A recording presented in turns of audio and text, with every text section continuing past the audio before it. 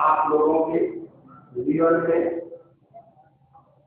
ये अंतःकरण को शुद्ध, पवित्र और अपने जीवन के कल्याण रहिए। मैं उसे भी प्रार्थना करता हूँ कि आपको अपनी वाणी से शुरू करते हुए और जीवन का कल्याण करें।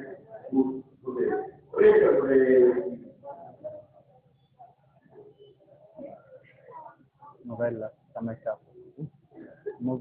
का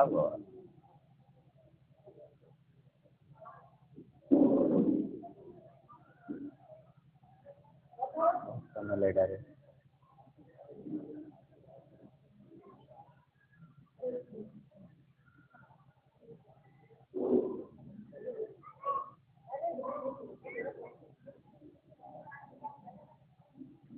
बोलो सदगुरु देव की।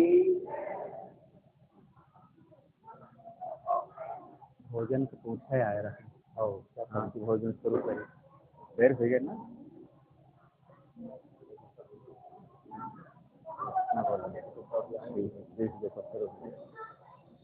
एक घंटा बोलो, 7 बजे आरती होती है।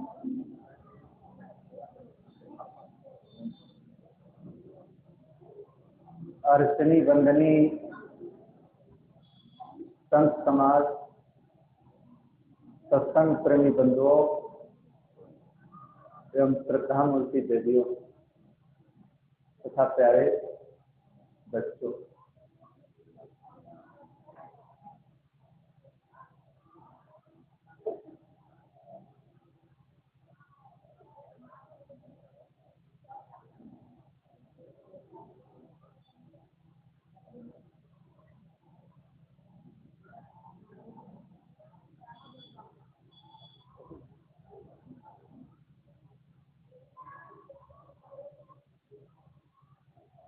परम प्रेमी भक्त राधे श्याम जी के नवनिर्मित भवन में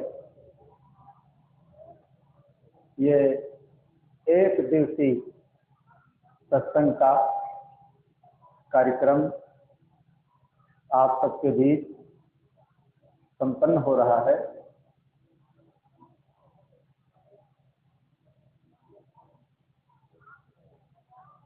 सत्संग का रसपान वही लोग कर पाते हैं जिनके अंदर अच्छी भावना होती है, जिनके विचारों में निर्मलता होती है, पवित्रता होती है। देखिए, सत्संग में वही अच्छे ढंग से रुचि अपनी बना पाते हैं। ऐसे तो दिन प्रतिदिन अनेकों कार्यक्रम सब होते रहते हैं भोजन के, और न मालूम कितने प्रकार के। लेकिन जहाँ पर सत्संग की व्यवस्था रखी जाती है, जहाँ सत्संग का आयोजन होता है, देखिए उसका महत्व कुछ दूसरा ही होता है।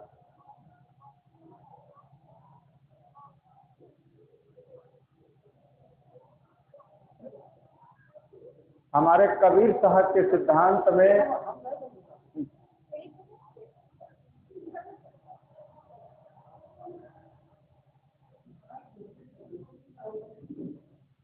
देखिए 2 प्रकार की यज्ञ यहाँ पर की जाती है, एक जठराग्नि यज्ञ और एक ज्ञान यज्ञ।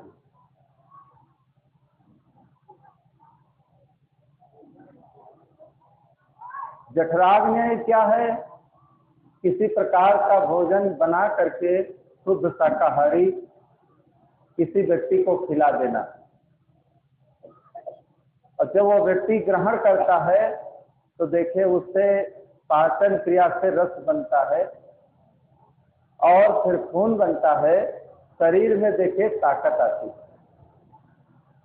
क्योंकि मनुष्य का जो जीवन है अन्नमय कोश है।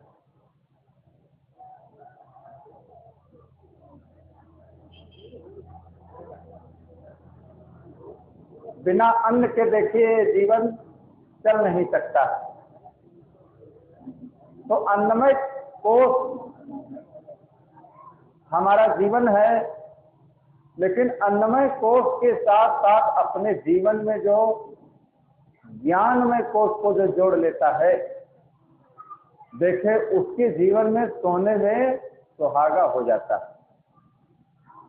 लेकिन अधिकतर देखा जाता है ज्ञान और भक्ति से, सत्संग से, इन सब चीजों से हम दूर रहते हैं। पूरा जीवन हम लोगों का चला जाता है। अगर भक्ति की और ज्ञान की, सत्संग की बात कही जाए तो कुछ ऐसे भी लोग होंगे जो इसके बारे में बिल्कुल अछूते हैं। वो जानते ही नहीं है, उन्हें ये भी नहीं पता है कि मनुष्य जीवन हमें क्यों मिला है। वो मनुष्य जीवन का मतलब केवल इतना ही समझते हैं, खाना पीना, भाजन भोजन, मैथुन, भय, निंद्रा और मोह। इन 6 कर्मों में जो व्यक्ति लगा हुआ है, बस इसी में वो आनंद मान करके अपने पूरे जीवन को यापन कर लेते हैं। भोजन कर लेना, मकान बना लेना, शरीर के जितनी क्रिया हैं वो सब कर लेना, ये कोई बड़ी बात नहीं है। ये तो पशु पक्षी, कीड़ा मकोड़ा, जितने जीव जंतु आप देखेंगे, देखिए सब इसमें चतुर होते हैं। और मनुष्य हो करके अगर इन्हीं 6 कर्मों में ही अपने जीवन को बिता करके पूरे समय को हमने व्यतीत कर दिया, तो समझ लो हम मनुष्य जीवन के उद्देश्य को बिल्कुल नहीं समझ पाए। सत्संग से बंधुओं क्या मिलता है? हमारी जो मति है, हमारी जो बुद्धि है, एक बुद्धि देखिए कुबुद्धि होती है, एक सद्बुद्धि होती है। तो हमारे अंदर कुसंग के कारण जो कुबुद्धि आ जाती है, तो उस कुबुद्धि का नाश हो जाता है। किससे नाश होता है? सत्संग से। सत्संग से कुबुद्धि का नाश होता है और सत्संग का हमारे जीवन में विकास होता है। और सत्संग का जब विकास होगा तो हमारे अंदर क्या आएगा? हमारे अंदर सद्बुद्धि आएगी। और जब सद्बुद्धि हमारे अंदर आएगी तभी जीवन में हम अच्छे काम कर पाएंगे, जीवन को अपने हम अच्छा बना पाएंगे। इसीलिए सद्गुरु कबीर साहब ने कहा है कि सकलो दुर्मत दूर कर अच्छा जन्म बनाओ, काग गवन गति छोड़ के और हंस गवन चली आओ। सबसे पहले उन्होंने यही बताया कि हमारे अंदर जितनी गलत मति है उसको दूर करो। और जब तक व्यक्ति की बुद्धि सही नहीं होगी तो जीवन में कोई अच्छा काम वो नहीं कर पाएगा। जीवन को बिता डालना ये तो अलग की बात है। जीवन का समय तो देखिए नित्य नित्य सरकता जा रहा है। बच्चे का जन्म होता है, जन्म होने के साथ साथ देखिए धीरे ही धीरे समय जाते जाते उसकी जवानी आ जाती है। और जवानी के साथ साथ देखिए देखते ही देखते बुढ़ापा आ जाता है, शरीर जर्जर हो जाता है। फिर देखते ही देखते इसी धरती पर ही जन्म होता है और इसी धरती में ही व्यक्ति समा जाता है। तो सद्गुरु हमें क्या संदेश देते हैं? सद्गुरु हमें यही संदेश देते हैं कि हम अपनी गलत मति का सुधार कर लें, हम अपनी बुद्धि का सुधार कर लें। हमारी बुद्धि अगर ठीक होगी तो हम अच्छी चीज खाएंगे। हमारी अगर बुद्धि सही होगी तो जीवन में हम अच्छे काम करेंगे। हमारी बुद्धि अगर सही होगी तो इस शरीर से हम सेवा करना भी सीख लेंगे। हमारी बुद्धि अगर सही होगी तो हम धन का भी सही उपयोग करना सीख लेंगे। और अगर मकान की नींव ही नहीं मजबूत है तो मकान देखिए कैसे वो टिकेगा।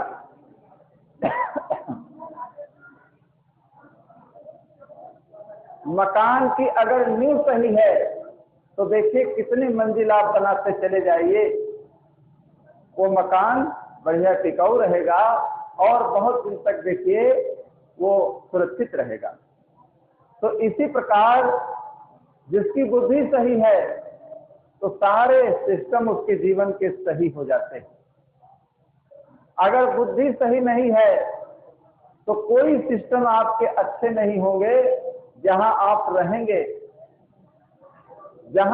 रहेंगे वो जगह भी बेकार हो जाएगी। जहां बैठेंगे वहां का माहौल भी गंदा हो जाएगा। देखिए इसीलिए मनुष्य को ही देवता बताया गया है। अगर मनुष्य अच्छा है, मनुष्य के विचार यदि अच्छे हैं तो जहां देखिए अच्छी प्रवृत्ति के लोग रहते हैं वो जगह भी देखिए खुशबू देने लगती है। संत लोग देखिए जहां रहते हैं वहां की आभा, वहां की धरती, वहां के पेड़ पौधे, वहां की धरती, वहां के पेड़ पौधे, वहां की आभा, वहां के विचार देखिए निर्मल हो जाते हैं, पवित्र हो जाते हैं। और हमारे अंदर क्या होता है? हमारे अंदर निर्मलता और पवित्रता आ जाती है। विचार जो हमारे हैं वो अच्छे और निर्मल हो जाते हैं। क्या संत लोग कुछ वहां बना देते हैं, लेकिन उनकी रहनी से, उनके त्याग से, उनके ज्ञान से, उनके विचारों से एक ऐसा वहां पर परिवर्तन आता है, एक ऐसी वहां पर विलक्षणता आती है जो सबके मन को मोह लेती है। तो सद्बुद्धिमान प्राणी जहां पर रहता है, जहां पर देखिए वो लोग रह जाते हैं, ठहर जाते हैं, वहां की जगह भी देखिए एक सुगंधित हो जाती है। तो बंधुओं, जीवन को अच्छा बनाने के लिए सद्गुरु हमें संदेश देते हैं कि सकलो दुर्मत दूर कर अच्छा जन्म बनाओ। काग गमन गत छोड़ के तो हंस गमन चली आओ।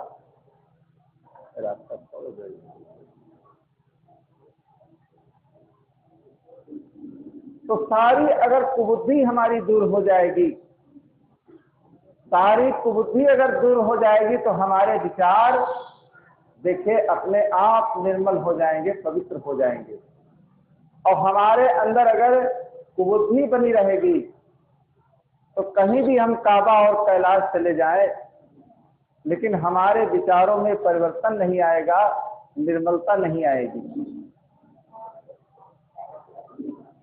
तो विचारों में परिवर्तन लाने के लिए हमें सत्संग की जरूरत है, हमें अच्छे विचारों की जरूरत है, हमें ज्ञान की जरूरत है, भक्ति की जरूरत है।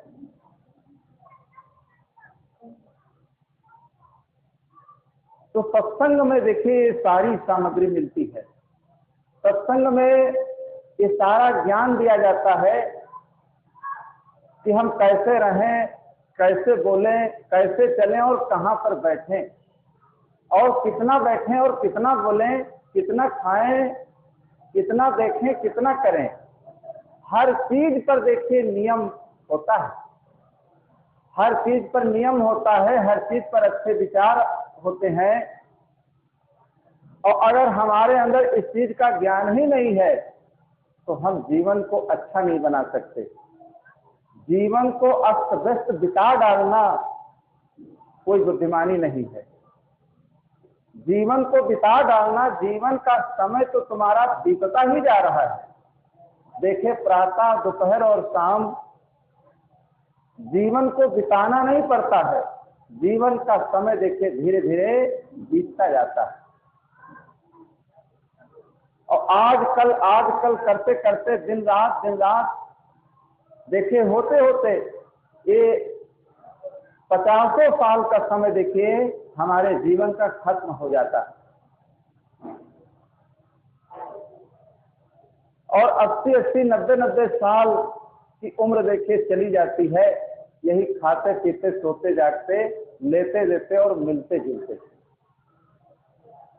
लेकिन जो अपने जीवन की कीमत को समझते हैं, जो जीवन के महत्व को समझते हैं, वही अपने जीवन को संवार पाते हैं, वही अपने जीवन में अच्छे काम कर पाते हैं, और वही अपने जीवन में शुद्धता और पवित्रता और निर्मलता को जीवन में धारण कर पाते हैं।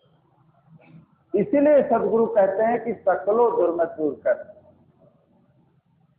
हमारे अंदर जितनी प्रकार की खराब मति है, आज खराब मति के कारण ही आदमी देखिए बेकार होता जा रहा है। उसका जीवन, उसका मन और उसका समय जो है, सारी जिंदगी का समय देखे बेकार होता उसका जा रहा है। और जिसकी मति अच्छी है, परिवार में चाहे टूटी झोपड़ी ही हो, लेकिन घर के जितने सदस्य हैं जिनकी मति अगर अच्छी है, विचार अगर अच्छे हैं, तो देखिए वो घर स्वर्ग के समान हो जाता है।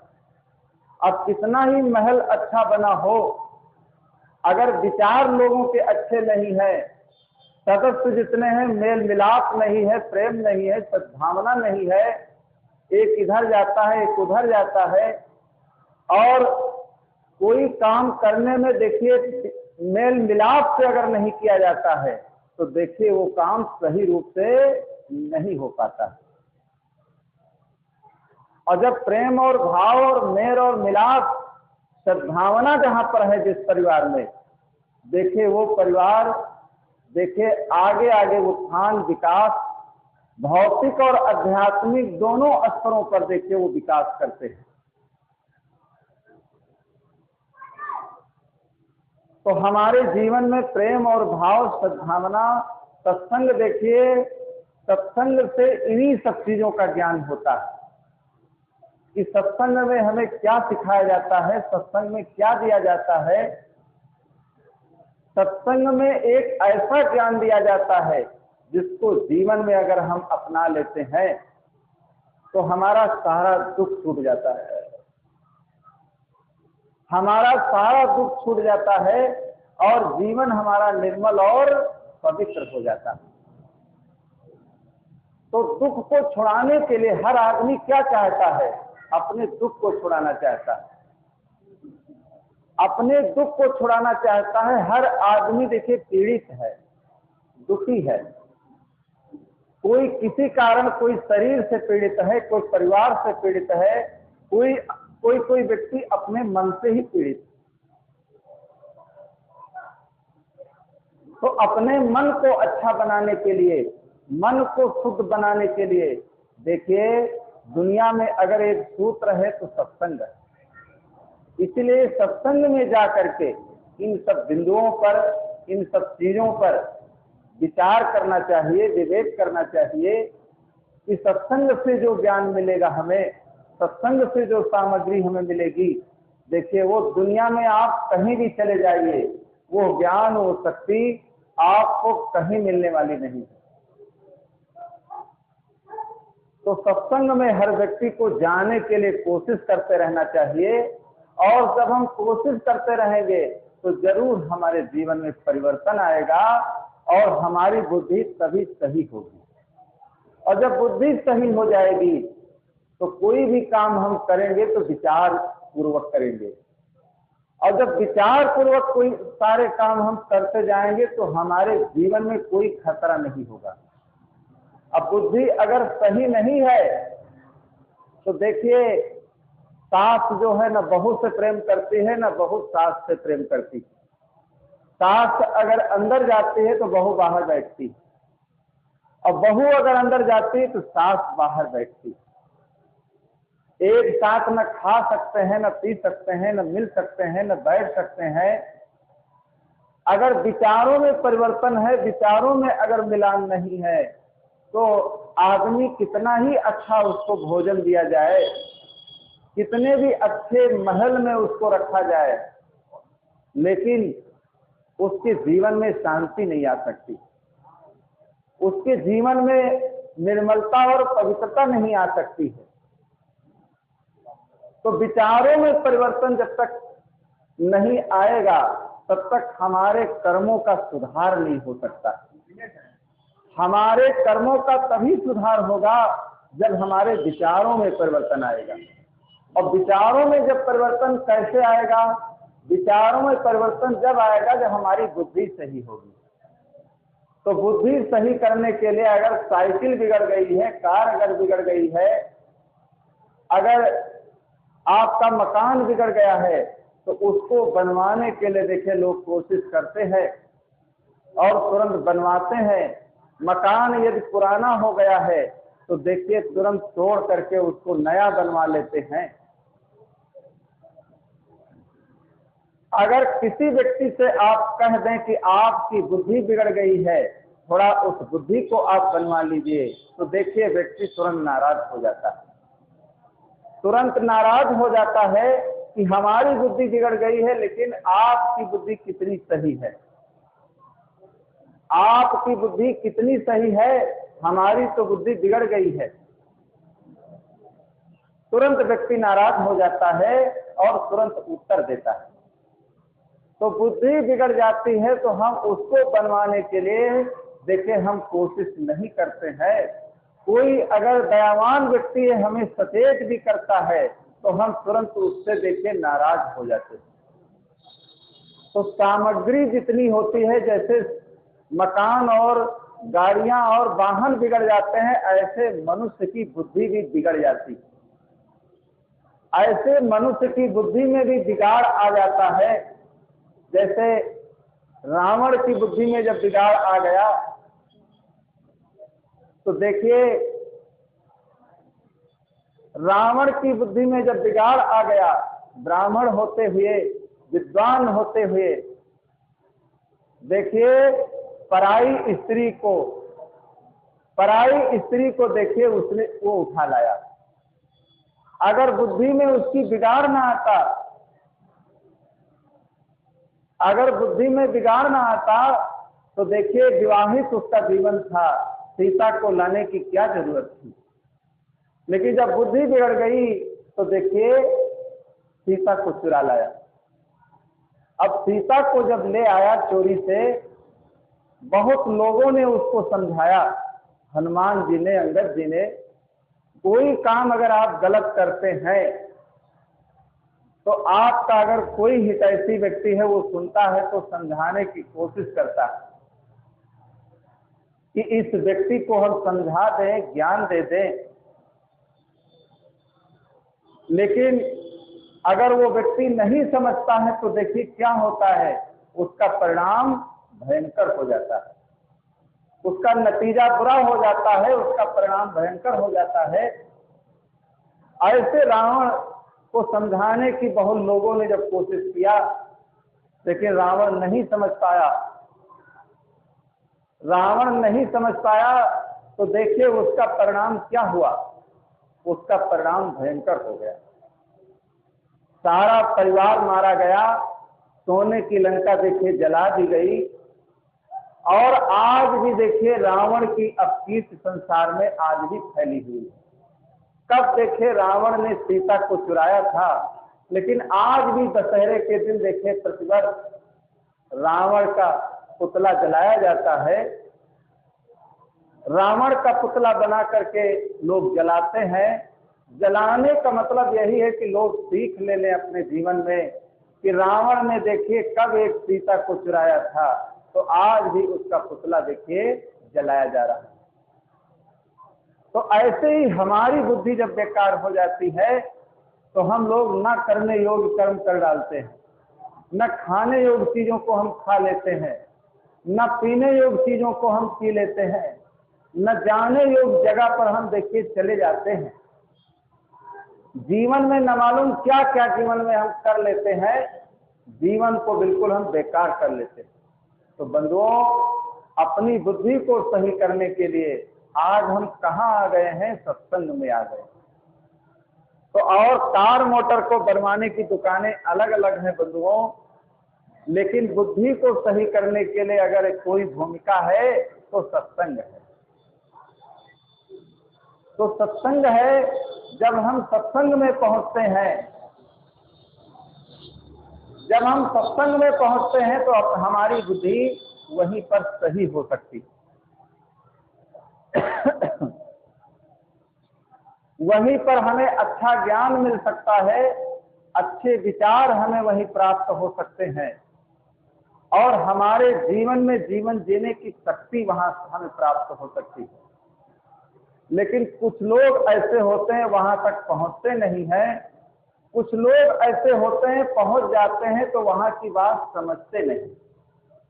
कुछ लोग ऐसे होते हैं अगर बैठ भी गए कहने सुनने से तो देखिए उनका मन अंते ही रहता है। वो कोई काम करने में देखिए जब तन-मन एक जगह नहीं होगा तो हमारे जीवन में देखिए सही रूप से बदलाव नहीं आ पाएगा। जब तन मन एक जगह नहीं होगा तो उस चीज को हम सही रूप से समझ ही नहीं पाएंगे और सही रूप से जब समझ नहीं पाएंगे तो हमारा जीवन देखिए बेकार हो जाएगा, हमारे जीवन में बिगाड़ पैदा हो जाएगा, हमारे जीवन में परिवर्तन कभी नहीं आ सकता। तो सकलो दुर्मत दूर कर अच्छा जन्म बनाओ, काग गमन गत छोड़ के और हंस गमन चली आओ। एक कौवा होता है और एक कोयल होती है और कौवा और कोयल का बंधुओं रंग देखिए एक ही प्रकार का होता है, एक ही प्रकार का रंग काला होता है। लेकिन जब कौवा बोलता है तो सब लोग मारने के लिए दौड़ते हैं और जब कोयल बोलती है तो देखिए कोयल की आवाज को सुनने के लिए सब दौड़ते हैं। कोयल जब बोलती है तो देखिए सब लोग मुग्ध हो जाते हैं उस आवाज को सुनने के लिए। और एक ही रंग के दोनों होते हैं और कौवा इतना चतुर होता है कि सवेरे उठ करके देखिए वो बिष्ठा पर चोंच मारता है। देखिए चतुराई तो ठीक है लेकिन इतनी चतुराई अच्छी नहीं है। जो बहुत चालाक लोग होते हैं कौवे के समान, अब इतना चालाक होने के बाद देखिए कितना गंदा काम वो करता है कि चोंच वो बिस्से पर मार देता है। तो चालाकी बंधुओं इतनी अच्छी नहीं होती है कि हम चालाक तो बहुत है लेकिन गंदे काम जीवन में कर रहे हैं, हमारे अंदर गंदगी हमारी अंदर की देखिए शुद्ध नहीं हो रही है, तो वो चालाकी किस काम की। बड़े आलिम व फाजिल हैं मगर विषयों के बस होकर और उसी रास्ते से जा निकले जहां नादान घिसता है। बड़े आलिम व फाजिल हैं मगर विषयों के बस होकर और उसी रास्ते से जा निकले जहां नादान घिसता है। बड़े बुद्धिमान हैं, पढ़े लिखे हैं, सब कुछ है, धन है, परिवार है, सब कुछ है, लेकिन ऐसा काम करते हैं जो एक नादान काम करता है, जो एक पागल काम करता है। वही देखिए पढ़े लिखे होकर के उससे भी गलत काम वो कर डालते हैं। तो किसी चीज का अहंकार देखिए जीवन में अच्छा नहीं होता। जब अहंकार हमारे अंदर आ जाएगा, अभिमान आ जाएगा हमारे अंदर तो हम जीवन में अच्छे काम नहीं कर पाएंगे। किसी चीज का अहंकार आना समझ लो नीचे गिरना। अहंकार ही मनुष्य को नीचे गिराता है और अहंकार ही मनुष्य को पतन के मार्ग में ले जाता है और अहंकार ही मनुष्य के जीवन में नरक का द्वार खोल देता है। अहंकारी जो व्यक्ति होता है वो न सेवा कर सकता है और न जीवन में वो भक्ति ही कर सकता है। जो विनम्र होता है, सरल होता है, जिसके अंदर विनम्रता और सरलता होती है, देखिए वही व्यक्ति भक्ति कर पाता है। पानी देखिए जब बरसता है तो पानी कहाँ ठहरता है? पानी बह करके देखिए जहाँ नीची सतह होती है वहां पर पानी आकर के ठहरता है और जो ऊंची सतह होती है वहां पानी नहीं ठहरता, वहां से तो पानी बहते बहते चला आता। इसी प्रकार जो अहंकारी लोग होते हैं जो अहंकारी लोग होते हैं, देखिए वो जीवन में कुछ अपने जीवन में नहीं ले पाते। कितना भी कुछ लुटाया जाए, दिया जाए, लेकिन वो ले नहीं पाते हैं। जो विनम्र लोग होते हैं, देखिए वो अपने जीवन में सब कुछ ले लेते और जीवन में ले करके अपने जीवन को अच्छा बना लेते। किसी चीज का अहंकार देखिए मनुष्य के विनाश का कारण होता है। एक बैरिस्टर साहब थे, तो वो बहुत पढ़े लिखे थे, बहुत धनवान थे। बहुत धनवान होने के कारण देखिए बहुत उनको अहंकार था अंदर, अपने विद्या का, धन का, रूप का, जवानी का। एक बार तो एक नदी उनको पार करना था, तो नदी जब पार करने लगे, मल्लाह की नाव में जब बैठ गए, तो मल्लाह से पूछने लगे, देखिए सबके कार्य अलग अलग होते हैं, हर आदमी हर कार्य नहीं कर सकता। कहीं सुई की जरूरत है, कहीं फार की जरूरत है, अलग अलग देखिए हर चीज की जरूरत है। तो इतना अहंकार उनके अंदर था कि जब मल्लाह की नाव में बैठ गए, तो मल्लाह से पूछने लगे कि ए मल्लाह, क्या तुम विज्ञान जानते हो? तो मल्लाह कहने लगा, नहीं नहीं, हम विज्ञान नहीं जानते कि विज्ञान क्या है, हमें नहीं पता है विज्ञान का। हम तो नाव को चलाकर मल्लाही करते हैं, मल्लाही का काम करते हैं। तो बैरिस्टर साहब कहने लगे, अगर आप विज्ञान नहीं जानते हैं तो 4 आना जिंदगी आपकी बेकार है। और नाव जब आगे बढ़ी तो फिर पूछने लगे, अरे क्या इंग्लिश जानते हो तुम?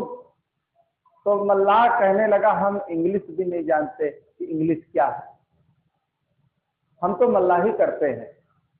तो बैरिस्टर साहब कहने लगे, आपकी 8 आना जिंदगी बेकार। और आगे जब नाव बढ़ी तो कहने लगे कि क्या आप संस्कृत जानते हैं? कहने हम संस्कृत भी नहीं जानते क्या है। अनपढ़ अगर आदमी है, उसको कोई इंग्लिश का वर्णमाला या हिंदी का वर्णमाला दिया जाए तो उसे क्या पता कि कौन ये अक्षर है। किसी चीज से आप अनभिज्ञ अगर हैं तो आपको भी पता नहीं रहेगा कि क्या है। तो बैरिस्टर साहब कहने लगे, अगर तुम संस्कृत नहीं जानते हो तो तुम्हारी 12 आना जिंदगी बेकार। और आगे जब नाव बढ़ी तो नाव डूबने की संभावना आ गई। नाव डूबने की जब संभावना आ गई तो मल्लाह कहने लगा कि क्या आप तैरना जानते हैं? नाव तो अब डूबने वाली है।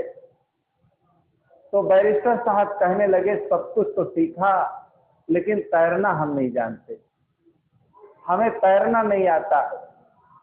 तो मल्लाह कहने लगा, हमारी तो 4 आना जिंदगी बची, हमारी तो 4 आना जिंदगी बची, लेकिन तुम्हारी अब 16 आना जिंदगी जा रही। और नाव डूबने वाली है। इतने में नाव डूब गई, मल्लाह तैर करके चला गया और बैरिस्टर साहब अपने अहंकार को लेकर उसी में डूब गए। तो बंधुओं, ऐसा अहंकार किस काम का? ऐसा अहंकार किस काम का? ऐसा अभिमान किस काम का? बड़े बड़े राजा और महाराजा, बड़े बड़े चक्रवर्ती राजा, बड़े बड़े बादशाह इस संसार में आए और सब यहीं पर सब चीजें छोड़ करके यहाँ से चले गए। अक्षय धन परिपूर्ण खजाने शरण जीव के होते, तो अनादि के धनी सभी इस भूतल तल पर होते। अक्षय धन परिपूर्ण खजाने शरण जीव के होते, तो अनादि के धनी सभी इस भूतल तल पर होते। पर न कारगर धन होता है अंत मृत्यु की बेला, राजपाट सब छोड़ चला जाता है जीव अकेला, राजपाट सब छोड़ चला जाता है जीव अकेला। अच्छे धन पर पूर्ण खजाने शरण जीव के होते, तो अनाज के धनी सभी इस भूतल तल पर होते।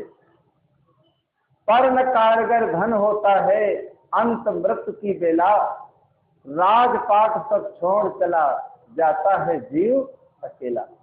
ये जीव जो देखे जिस दिन चलता है तो बड़े बड़े खजाने, बड़े बड़े महल, बड़ी बड़ी कोठियां, बड़े बड़े बंगले देखिए सब सूने रह जाते हैं। मनुष्य के साथ देखिए कुछ भी जाने वाला नहीं है। हम जैसे कर्म करते हैं, हम जैसे कर्म करके संस्कार अपने अच्छे बनाते हैं, वही संस्कार देखिए हमारे साथ जाते हैं, और वही संस्कार ही हमारे साथ जाते हैं, वही हमारे साथी बनते हैं। इसलिए सदगुरु समझाना चाहते हैं हम सबको कि सकलो दुर्मत दूर कर और अच्छा जन्म